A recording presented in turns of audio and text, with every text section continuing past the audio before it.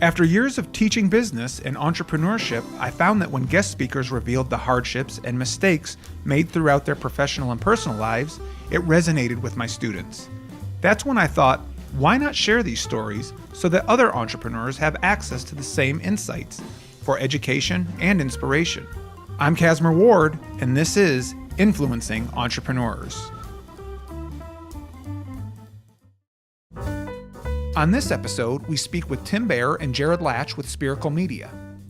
Tim and Jarod's original focus was helping professional athletes leverage their social media platforms. As part of the company's evolution, Spiracle Media has repositioned itself as a video content agency that's built to tell stories using their journalistic backgrounds. Their ability to tell impactful stories and create compelling content has set the foundation for continued organic growth, as well as partner relationships with some of the largest brands across the country. Let's start off really with your journalistic background. Where does all of this begin before Spiracle even begins? Jarod and I both moved to Charlotte back in 2006, 2007, and we both moved here for jobs. We were sports anchors. I was the weekend sports anchor at News 14 Carolina, now Spectrum News. Jarod was the sports reporter anchor at WSOC and then ended up going to WCNC as well. So we got to know each other being in media. You know, in sports circles, it's a pretty small world in Charlotte. You're going around, you're covering a lot of the same things. And after a couple years, we ended up getting a couple friends together and we all moved into a house together. And so we were roommates. We would end up, sitting up at night, having a beer and talking about, what's next? What are we going to do? And we both loved the city of Charlotte and wanted to stay here. And in the media business, in a lot of ways, in order to move up, you have to leave and you have to keep jumping around and going to a lot of different markets. And so we kept trying to think of ways that we could come up with a business that used our background and what we've done, but also allowed us to stay in Charlotte and have a career. Just to recap, sports anchor is probably the dream job of, So you think. On paper. On paper, no different than being a fireman or astronaut. You make it as a sports anchor and are already, I'm going to call it restless or looking for a better lifestyle, a way to not travel as much or have to always look for the next job. So where does the idea for Spiracle come from that? Well, I think that the lifestyle was big. When we talked about it, we didn't want to work the 3 in the afternoon to midnight for the rest of our lives, and sports happens on weekends and it happens at night, so there was no way around that. And as Tim mentioned, we really enjoyed being a part of Charlotte and we were working with athletes, so we were engaged. And I always like to say that we evolve with digital, we evolve with the platforms and Twitter and Facebook, and these are things that we had to start doing as part of our job. So we saw great value in it with athletes, number one. So we said there might be an opportunity there. At that point, we used to use the word become your own media outlet. We felt like these athletes could control their own message, they could become more alluring to sponsors, and people would pay for that to happen. So one of our first big partners and clients that we had was Stephen Curry. Because of our relationship at Davidson College, we had worked with them in different capacities covering them. They had a big run to the Elite Eight in 2008 in college basketball. And we worked with Steph for his first 3 or 4 years in the NBA. So that was where the initial idea came from, and it was surrounding social media. It then extended beyond athletes. We work with businesses, managing, helping them with strategy and such. So that's where the initial idea of Spiracle Media and how we got off the ground. So Spiracle opens its door in 2011, and your sole focus with one of your first clients being Steph Curry, who is now one of the largest Greatest NBA players of all time. Yes. We knew that. Right. So actually, it's why he is. We were the catalyst. Yeah. But with that, what is the company at that point? We started the company 2011. This was March 23rd, I think it is, 2011, I want to say.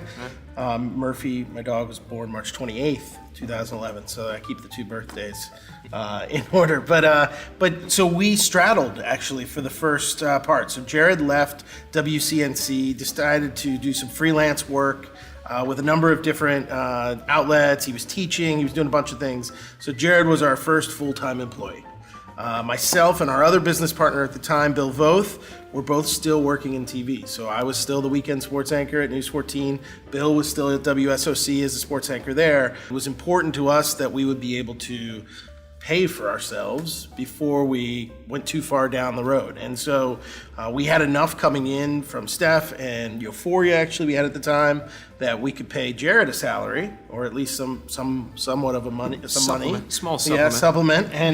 And then Bill and I would put in sweat equity for the time being. And then as we got along, we would figure out when the right time was for us to come on full. How does that play out? Because right now you and Bill are in full-time jobs. You're eking by for a living, kind of getting their, I'm sure, a salary cut, but at least getting some money from this. How does this affect you as you're the one running the show while they're making payroll? It was sort of an interesting play at first. I don't think I was affected by it too dramatically, other than we have this idea and we need to build upon this idea. And I was offered the weekend job at WCNC, and you said, hey, sports anchor, this sounds amazing. And in a top 30 market, if I would have said a couple years before that I would pass on that job and say, no, I think we have something at least that I want to pursue, and I can always go back to it. It wasn't hard, I don't think, at first, trying to balance everything, because I was doing so many things, and Spiracle was a part of that. Now, as we went, it became a larger part. And like Tim said, we were sort of tiering our approach or scaling it, and we wanted one person in, and then hopefully next in line would come and follow suit. So in my mind, it was never that difficult. I didn't hold anything against the guys. I know there's a pivotal moment that we'll talk about early in it, but at the beginning, it was like a mixed portfolio. I've got this and that to do, and Spiracle was a part of it. Let's see how we can make it grow naturally. Yeah, and I'll say there was no map. It wasn't like, okay, 4 months in, this person's going to stop working, and it wasn't on the table. It was, okay, we're chasing this thing. Let's see if we can make something out of it. And really, we were still in the making something out of it phase when Bill got fed up at work one day and just decided to quit. And somebody was being really a jerk to him at work and said, screw this, I'm out, and he quits. That was a conversation on the porch one night. He came and told us that. Yeah, and we didn't know that he was going to do that. Nothing, and he was like, I'm going full time. Yeah. They lost employment, or they've just had enough. Sure. Right, it was the moment he said, I'm totally in. We're like, okay, good. He goes, no, I'm really totally in, because I don't have a job to go to tomorrow. Yeah. Right. So it was, we got to go. We got to go with this. And so it did give some fuel to the fire, I'm sure. And so then I was the last man out, still working full time, trying to make ends meet while we were still trying to build this thing. How does that play out? Because at first, you're trying to make enough revenue so you get back to a regular salary. You have a partner that leaves his job. Now you got to share that revenue as pay with him. So now whatever your goal is has just been doubled, so you can get him on board. And then you have Tim on the outside, where you're like, do we need to wait till we triple that till we bring Tim in? Or what are these decision points along the way? We didn't have those milestones really set up, but we were fortunate in the beginning that we had a couple significant clients that came on board with us that were, $5,000 retainer here and 25 here and 3,000 here. And we didn't have overhead because we were working out of our homes. It made it easy for us to say, okay, we can support this. As far as a business background, I didn't have one. We were both in communication. I took business classes in college, some of the basic things, and in melding all that together, we just decided that we were going to do this. And I think it was more of a confidence play. Yeah. At what point, when you say, okay, I'm in full go, I'm not going to have another job, and I'm going to move the concentration of energy over. And you also have to put into perspective too a little bit that we're coming from media, obviously sounds like dream job. They don't really pay you that well, and they overwork you. And so for us to get back to a reasonable salary in the real world really wasn't that hard for us to float, because we were already living on lower means because we worked in media. I think that gave us a little bit of an advantage. I think our background in meeting deadlines and having to do things quickly gave us an advantage. I'll say that when we started doing business work, it was so weird to me how slow people are at responding to you and getting back to you. And so there were these little built-in advantages because of where we came from in that media side that gave us an edge to be able to gut it out. Number one thing we did, we said, who do we know? Let's go to everybody. Let's tell them about this idea. Let's see what we can do for them. It might not be directly of what we want to do long term, but it would get our foot in the door. It would help us build upon what was social media at that time. And we also had the video part of it. We borrowed things like cameras and lighting, and we had people that were invested in us. At this point, you're not even making the investment to build up inventory. We're not. We can do it all digitally, and the equipment we needed, we had people that were share. good enough, good with us to provide that for us. It took a lot of the stress away. The stresses wouldn't come until a few years later when we realized, oh crap, we've got a company here. So at that point, how does Tim make the decision to come work full time? I'll tell you my side of the story, and then it'll be even funnier to hear Jared's side. But so I was working still in the TV thing, and I would go through stretches where I'd get really busy with, seasons. We got, NFL or whatever, NASCAR, whatever's going on. But those things are cyclical, and you sort of get into the rhythm of them. But I know for a period there, I want to say it was, I can't remember the month, but I was MIA for a little bit, and we were getting to the point that we had some bigger clients coming on. We had some responsibilities now to these clients to actually get deadlines met and things to do. It wasn't just us trying to make something happen out of nothing. And so as that was happening, I remember getting a text or an email from Bill or Jared to say, hey, can you meet us for coffee? And we go over to the old Caribou, which is now Mayo Bird in South Summit Room. I'll never forget it. It's that front sitting area. And I go in, and the two of them are sitting on one side of the table, and I'm on the other side. And they're like, all right, so are you in or are you out? We're at the point now that we have to be all in, or else we're not going to get this thing off the ground. Is that no? Right? I think I've softened my story. No, I don't think it wasn't. Took out the swear It word. wasn't. Yeah, right. It wasn't any more blunt than that. It was getting real at that Yeah, point. right. And it goes back to when you asked me if it was challenging in the beginning when I was working 4 or 5 things, and no, it wasn't. But then as things took off, and as we had more heightened responsibility with these partners, and we needed to get proposals out, and we were all sharing that load of responsibility. So we had to have things, and we had to have them on time. At that point early on, I don't know if it was, I wouldn't necessarily say it was panic, but it was, okay, we've got something that's more real now, and we need to devote more attention, or at least hit those deadlines. So it was a shock to the system. Yeah, it was a shock to the system. I was emotionally. Did you decide to join Spiracle? I think I did. Okay. But emotionally at the time, I'll tell you, it took me aback. It was like this thing that I started with Jared really in our living room that then we brought Bill into because Bill had definite talents that we needed for the team. And it felt like, oh man, this is a thing that was sort of my baby. And now it's being taken away from me. Not really taken away from me. It's that I'm not doing my fair share at that time. But it did sort of shock me into you gotta jump off the board. You got to do this. If you're gonna do it, you got to do it. And so that's what led to me leaving News 14, and that was in November of 2012. So a year and a half after we started the company, I went full time. And that was a really tough conversation to have. And I think before that, there were some false starts. And, we got to a certain point and we were ready to move in, and it didn't happen. Yeah. So I think over time, it's not something that just one day I said, let's have this conversation. I mean, it had built up over time as we continued to get more clients and more responsibility. But the lesson was, bluntness or honesty is going to get you where you need to get to, rather than dancing around and having resentment. The fact that they came to the table and said, hey, here's where we're at. Can you do this? What's going on? And that, laying it out like that, while it hurt initially, it really did set the tone for us all diving in. And they left the decision to you. Yeah. I mean, they could have easily just said yes. Yeah.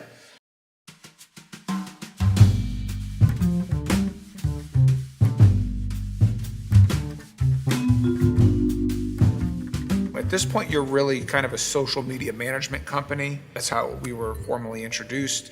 Now we get to a point that you all three are committed.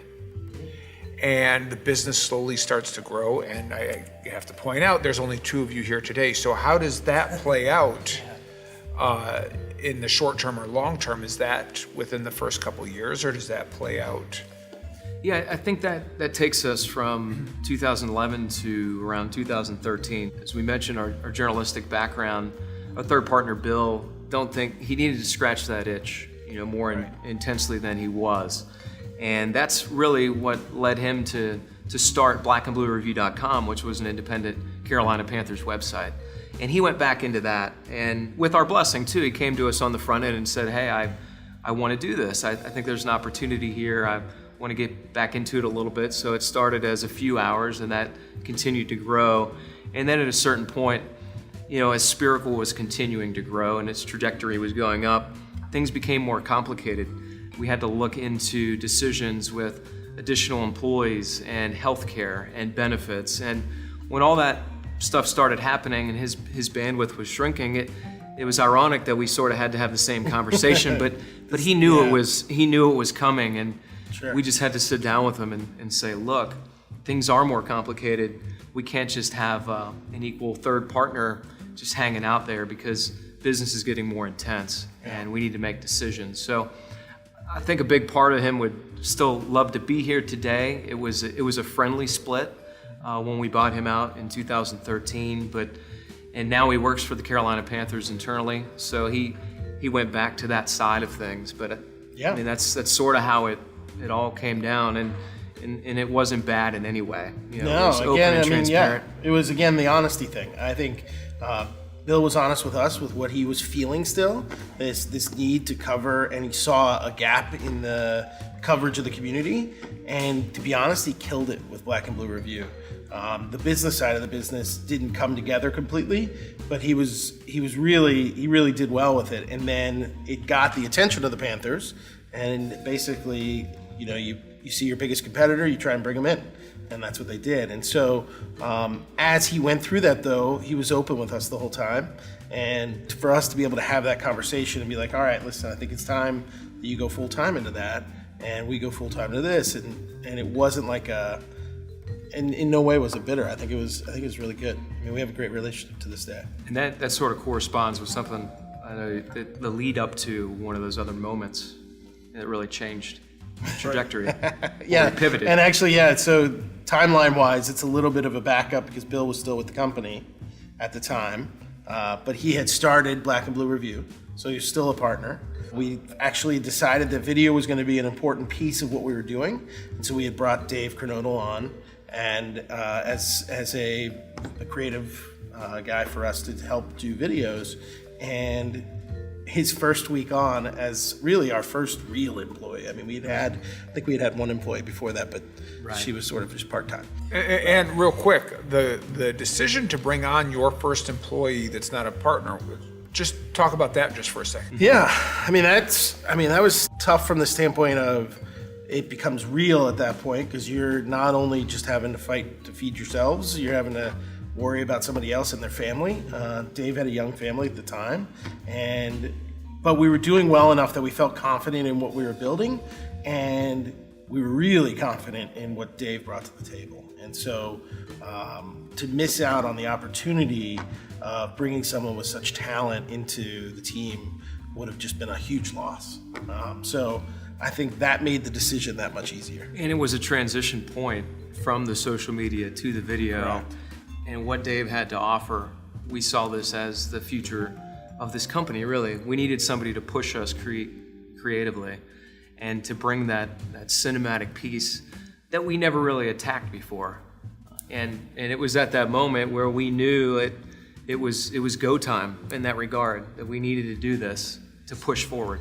We hadn't completely made that decision. And so we were going, like, we were pushing the video side of the business. We were going to build that side, but we hadn't gotten rid of the social media side of the business yet. Oh, it was still lingering because we weren't ready. That comes to this point where Dave's first week, he gets hired, and one of our bigger partners that we had been with since the beginning of Spiracle, or early on in Spiracle's time, it was the client's birthday.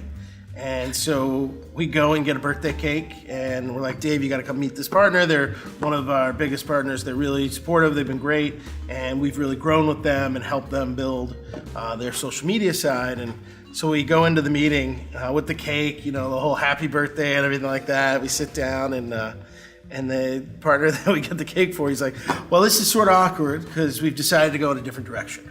And, right away, too. And I could never forget that, because I remember looking at Dave like, oh crap, what did I do? Like, because he knew they were our biggest client probably at the time. And for them to say they were going to go in a different direction, they were going to use an old vendor that they had used before out of Florida, it was pretty interesting. But I think we handled it really well, went through the meeting, got through the end of that piece of it, and then we went down and had lunch, and sort of, in a way, we celebrated. I was very big on the fact that we're not going to let this knock us down. Let's think of all the good things we have going on, and let's go forward. And that moment in time literally positioned us as moving away from social media and digital side and pushing us to solely video. And that schism is what's pretty much gotten us to this point right here. Yeah, and Tim, I was ready to go to Pita Pit for lunch, and he said, no, let's go have a good lunch here. And the way it plays out, it's always nice when a decision is made for you sometimes. And that's exactly that's the scenario there. Right. So did you take the cake with you? No, I actually ran into him a year later, and I did say, you owe me a cake. But since then, here's the irony of this. Instead of burning bridges and being a real jerk when that goes down, we stayed in contact. They brought on a new marketing manager, and they've since hired us to do video for them, and we've made more money with them doing video than we ever did managing social media. So again, it shows the power of relationships and how you deal with a situation when sometimes the shit hits the fan. Video production companies, as far as content creation, there's others out there. You've spent time talking about who your competitors are in the past and in your strategy meetings. What makes you stand out above and beyond that? We think it's really a package deal, not only with skills, the intentionality that we've built our team, and the former journalists that don't shoot like news photographers. And we think they're versatile. They can shoot cinematically, they can capture the story. That's something that's really lacking when you just say a video production company. There's plenty that can shoot incredible looking video, but when it comes to assemble a story, they struggle. And I mentioned, if I were to say sort of at the core of who we are, we say we're storytellers, subject matter experts, and we're true partners, because we believe in that relationship part of it. It's really the intentionality of the makeup of this team that makes us different when you put all of that together under one roof, and that's what you get with us. So going off of what you're saying, I think I agree in that it is the team that's a big piece of that. I think we had some built-in advantages coming from that media background in hustle, in relationship building, in being able to identify stories really well. All of those things were big pieces of the puzzle for us when we started the company, and I think they've continued to be pieces of the puzzle as we found teammates to join on with us. And so I think that's always been a differentiator for us. There are a lot of companies out there that could shoot and can turn great videos, but they can't always tell a story really well. And then adding the side of the relationship and knowing that the team that you have is going to be there for you no matter what. There are a lot of intangibles that happen in the process that I think have really helped us grow. And so all of our business continues to come from referrals, because people talk about how their experience was in working with the guys and girls that work here. And I think that's what really makes us different.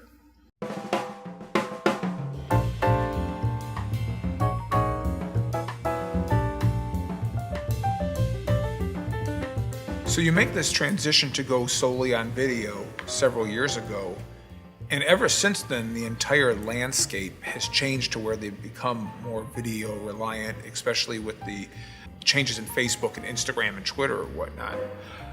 How do you stay on top of what's going to be happening in the next 5 years? Well, I think part of that, and I touched on it a little bit earlier, is that we've been fortunate to land at this place in time where when we worked in TV in the earliest times, you had the advent of websites in their simpler forms, and we had to update those. And then you had the social media networks in which we were populating the stories that we were reporting on. So for me personally, and I think this would apply to most of the team, is that we've just grown with that curve, that we've been in with the technology, as it's come out. So when we talk about building advantages, I think that's a big part of it. But then there's also a willingness to apply new things and to look outside and be inspired by different works, and an awareness there to say, how can we use that? How can we apply it correctly to this story? I think it's a mix of the two, where we landed in time and then knowing and being aware of what we can use and how we can use it. And I think we've said, to ourselves, we said we've been pretty lucky that we've caught these things as they've grown. So we caught social media just because we were in TV. We had to be involved in social media before it really became huge. And so we had this distinct advantage there. Same thing has happened with video. And so being aware and knowing what that next thing might be that we catch. So at a granular level, really what's happened too for us as we've grown is Dave's done a really good job of helping the team push themselves in their creativity. And so these guys do production summits where they look at outside sources, try and bring in ideas, ways to do things differently. How have we done this in the past? How can we do it better and different the next time? It's always striving to do that next thing that I think has helped keep an edge to what we do. With that, you went from 3 partners to 2 partners and 1 employee. Where are you at today? It's always a good question. We have 10 full-time employees, including Jarod and I, and then we have 2, I would call them employees, but really they're fractional CFO, in yours truly, and then a fractional sales manager in Josh Mastel. And that has been a really interesting process in trying to figure out, how do you set up the chairs on the deck? And what's the most important next move, and what do you need to add? And there are stresses that the production department's feeling as far as bandwidth versus do we need to be worried about more sales to feed that before we add that person? And so there are those sort of yin and yangs that you're trying to work through. So you made the decision to focus on video content and storytelling. You do it well. You probably, especially in the Charlotte area, if not in the country, one of the best. The company has to evolve and innovate from there. So what are next steps from there? That's the biggest question to me, always. And one of the few that keeps me up at night is what's next. Is it something brand new that we don't see yet, or is here on the cusp that we need to grab and move in? Is it something that we're doing that we need to perfect and add to? Virtual reality, there's different areas in there, even augmented reality that we might be able to utilize in different ways that might apply to some of the projects that we do. And I think then, more importantly, on the business side is the challenge of teaching. I want to mention that to your students, because when you grow, all this just happens so fast. You're there one day and there's 2 or 3 of us, and then there's 12 of you, and you're like, what the heck just happened? But it's really important, because you've had to do everything in the beginning to start it, that you get some semblance of process and then have an ability to teach. And I know that's something that I personally struggle with, is that teaching part, or at least doing it all the time. What's next? I'm not really sure if there's a clear-cut path or answer. Yeah, I think we're always striving to figure out what that is. To be honest, our latest project that we just launched, Building Charlotte, it's an episodic series that we've built out with a company here in Charlotte, and we're trying to prove a theory of local Charlotte companies supporting high-quality content about an industry that is similar to their clientele, so that they can find value in that content being produced, and we can produce high quality content for consumption by a bigger audience. I think in how we went about it, but we found a really good partner in Pike Properties, and we literally launched the series this past Tuesday. So it's at almost 10,000 views in a day. The hope is to get into that 50, 100,000 views an episode. We're doing 7 episodes over the fall, following the construction of a home from the very beginning all the way to the end. And it's a unique process, and we're learning as we're going.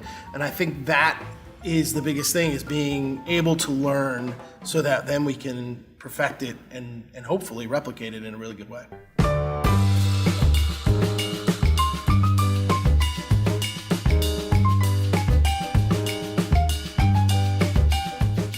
Going into episodic production, It is different, especially in a home building. There are probably not a lot of companies that are truly utilizing video and video storytelling and doing that. So what advice do you have for companies out there that aren't utilizing this, and how could you educate them to let them decide for themselves where that value is? Well, I think original content now is so important. Before, the whole idea of marketing was tell them what they want to hear or what you want them to hear. And it's been flipped in the last 3 or 4 years. You've got to listen to your audience. What do they want? What do they want to engage with? What do they want to consume? And we know that is real, authentic stories. And so we're seeing that a lot of brands are getting behind series. We always joke with Dave about Yeti because they do Yeti Presents. And they do it really well. And there's subtle product placement there, whether it's a cooler or a cup or a hat once in a while. But they're telling stories associated with lifestyle of people that would use their products. And they're finding these interesting stories and they're putting their name on the front and the back, but not most times in the middle. So with this episodic approach, it's not the sponsors that we find, it's not an in-your-face type of thing. It's about having genuine content and putting your name on it. So really anybody can do it. And if the model works where we can get these sponsors to pay for it, then the partner loves that even more. But there's a great value in the story part of it. So I think what's happening in the video industry is sometimes people are getting a little lazy and they're creating what we like to call music videos. So they go out, they shoot beautiful video, which is awesome, and that takes a talent in itself.